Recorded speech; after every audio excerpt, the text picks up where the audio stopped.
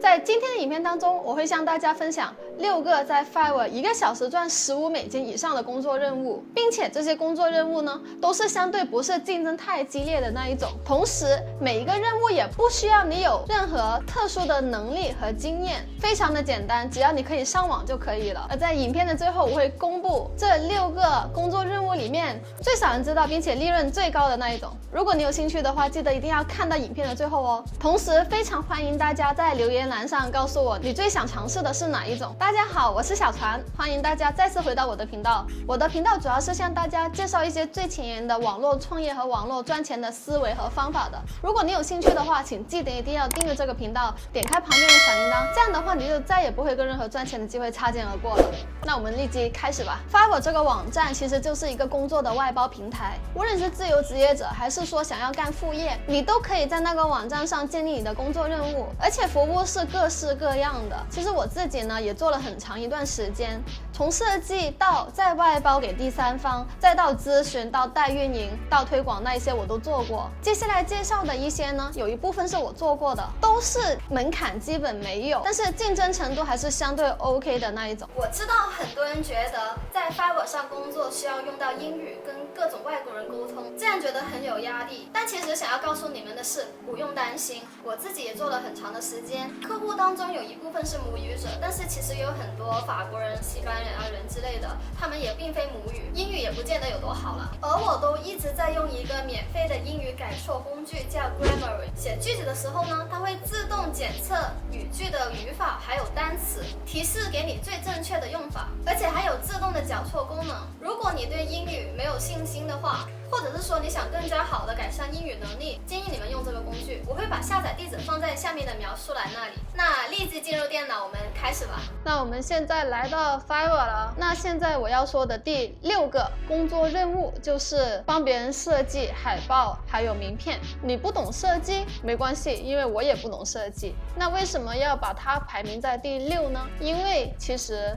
这些设计你别看好像很难，没有美工背景的人好像很难做，其实这些都是有模板的。也就是说，如果你们能把模板拿到手的话，在上面加上顾客需要你写上去的情报，就可以很短时间设计出来。我们现在输入了 design poster， 然后这些都是出来的工作任务嘛，然后我随便点了一个进去，举个例子就是它吧。这样的一张海报设计，它能收到25美金一张，然后如果把原格式也发给客户的话呢，它就能收到50美金一张。双面再加商业用途，再加原格式给他，就可以收到85美金。就设计这样一张海报，最低能从25美元到85美元，其实非常好赚，我觉得。再举一个例子，这个也是设计海报的，一张它的收费是35美元单面，然后65美元就是双面再加原格式，90美元也是双面原格式商业用途。那制造这样的海报到底有多难呢？一点都不难，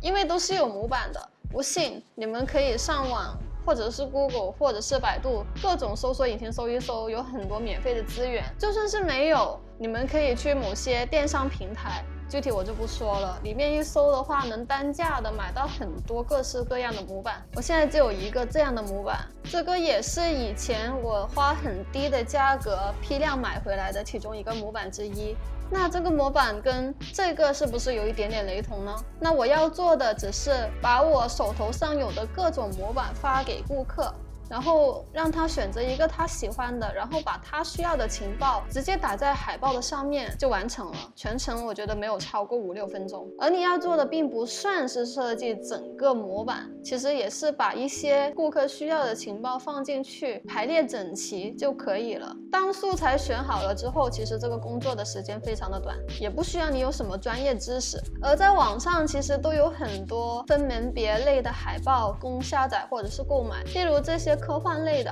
或者是健身类的电影海报，或者是这种饮食的海报，网上其实都有这些细分的类目专属的海报供你购买或者下载。还有名片，其实也是，名片也是有模板的。你只要把模板拿到手了之后，你提供这样的服务给顾客，只需要把他的实际情报拿到手，在电脑上把情报打在卡里面，然后就完成了。全过程也不会超过5分钟。而不超过5分钟的服务，刚刚的海报你能看到它的卖价能到25到35美金左右，然后如果是名片的话呢，就5到10美金左右都可以交易。哪里能拿到手呢？我再重复一次，就是你先去各种搜索引擎那里找一找免费的资源，实在你找不到的话，就去某著名电商平台那里一搜，各种你想要的题材的海报或者是名片的模板都有。那接下来我们分享第5个工作任务，就是 Instagram 的 Post， 也就是为那些有 Instagram 账号的人制作一些高质量的图片。首先这个背景是，其实很多人现在 Instagram 多账号的操作来养号，然后通过不同的账号广告变现，而一个号如果想要持续的获得很多粉丝的话呢，就必须每天大量的生产高质量的 Post， 例如一天最少6张左右。而刚刚说到的那种多账号操作的人的话呢，他就没法跟上这种更新的速度了，但是他却对这种产品有很大的需求，例如这些或者是这些都是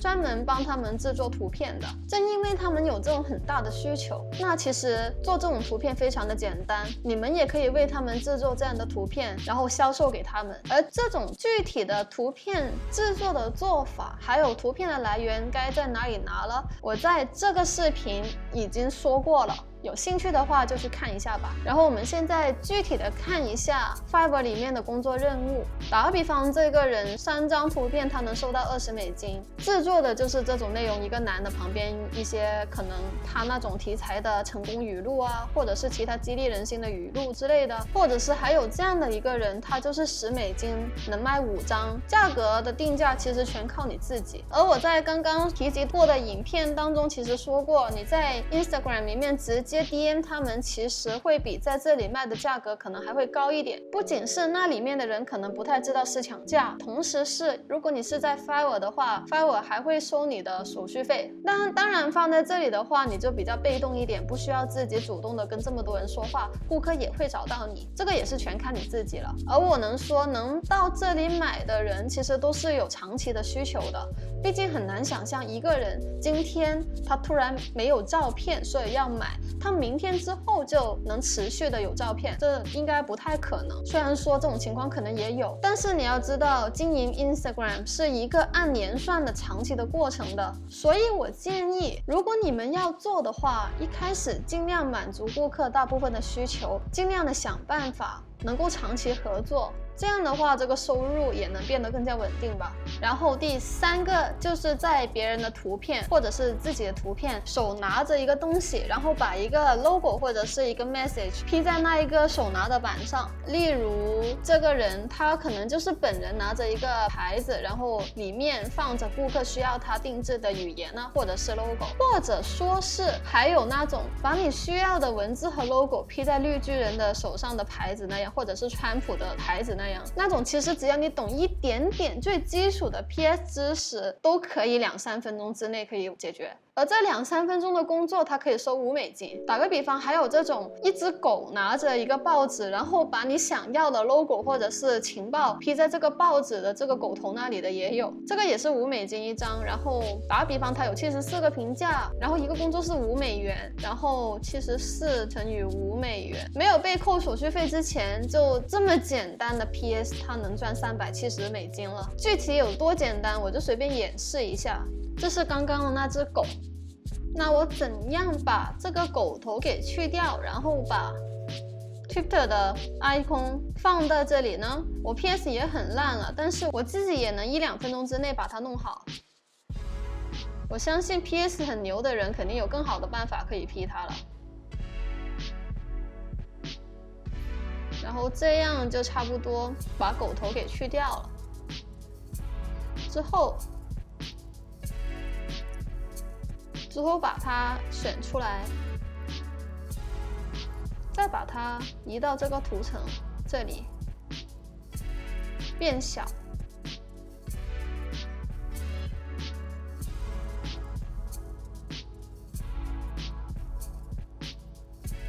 这样就弄好了。全程也没有超过2分钟，然后这样的照片就能在这里卖5美金。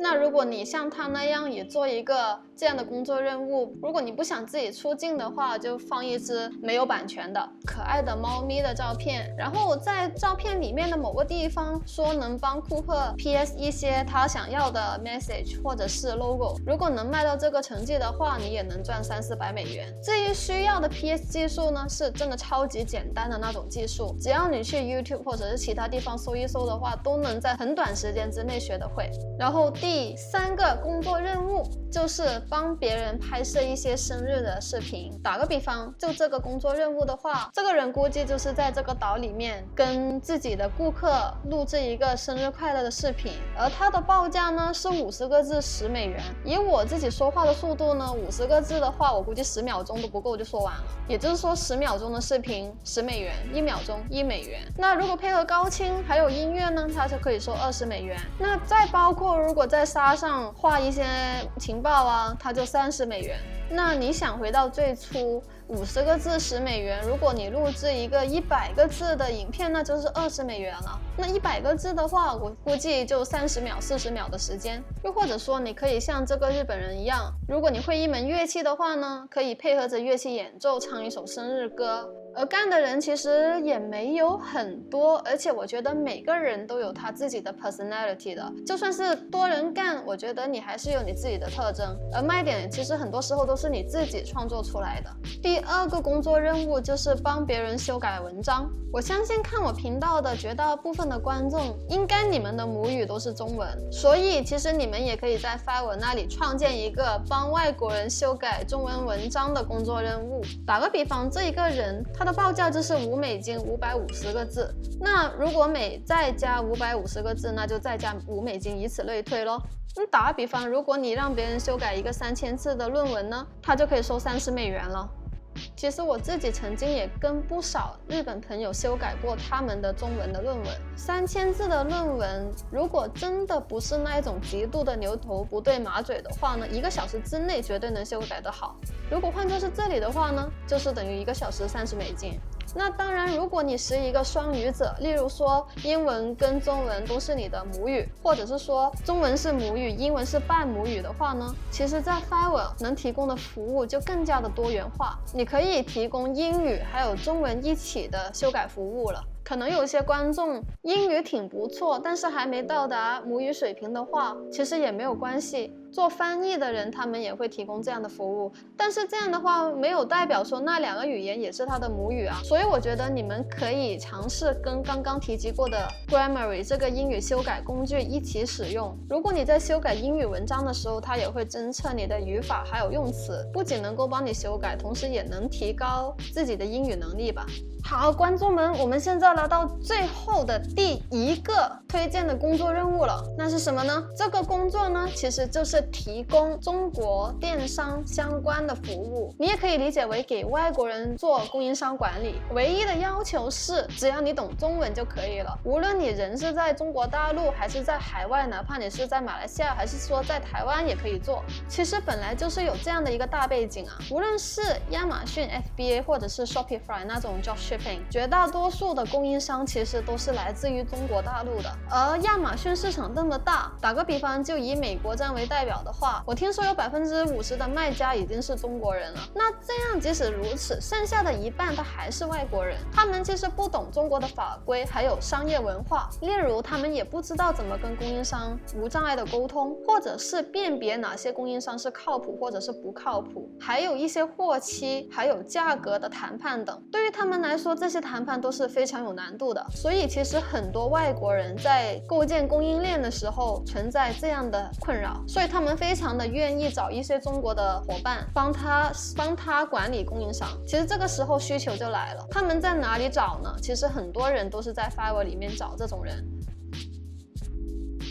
例如我随便打开了一个人的工作任务，他就明码标价的15美金，负责查询一些最基本的供应商情报，问价格，还有价格谈判。其实我自己也有做亚马逊，这些我都做过，其实跟大家在淘宝买东西是一样的。打个比方，我是顾客，我会问亲多少钱呢？这个东西亲下单什么时候啊？或者是亲质量有问题，到底退不退啊？退的话多少天之内可以退呢？或者是哎呀，我买100个能不能送我10个啊？不能能送的话，能不能优惠一点啊？这样的问题，这种刚刚说的沟通对我来说不会超过10分钟。你看这样的话，它的价格可以开到$15。当然，服务不止这么简单，还有升级一点的，继续跟进供应商，问他拿样品，哪怕是再多一点，就可以来到帮外国顾客检验商品质量这一步了。这个时候就一下子跳到$145，而这$145从一开始的你要拿到供应商的情报，你要去联络他问价格，然后跟他说各种谈判，把这个情报反馈给你的外国顾客，然后他说 OK 的话，你就继续的跟进，然后 order 一些 sample， 然后最后寄到你家了 sample 没有问题的话，你就直接帮他下单，然后货物寄到你家那里，然后你负责把所有的商品质量检查一遍寄过去给他，然后这样一换下来的话，就是能拿到这样的工资$145。如果你没有时间逐个检查商品质量的话呢，如果家里有退休老人或者是爸爸妈妈比较有空的话呢，你也可以拜托他们啊。而且我知道一些在跨国电商公司工作的一些人，他们业余的时候也会做这样的副业的。而且做亚马逊的人其实年年都在增加，不仅是中文圈，还是说外国人，可想而知潜在的顾客只会越来越多。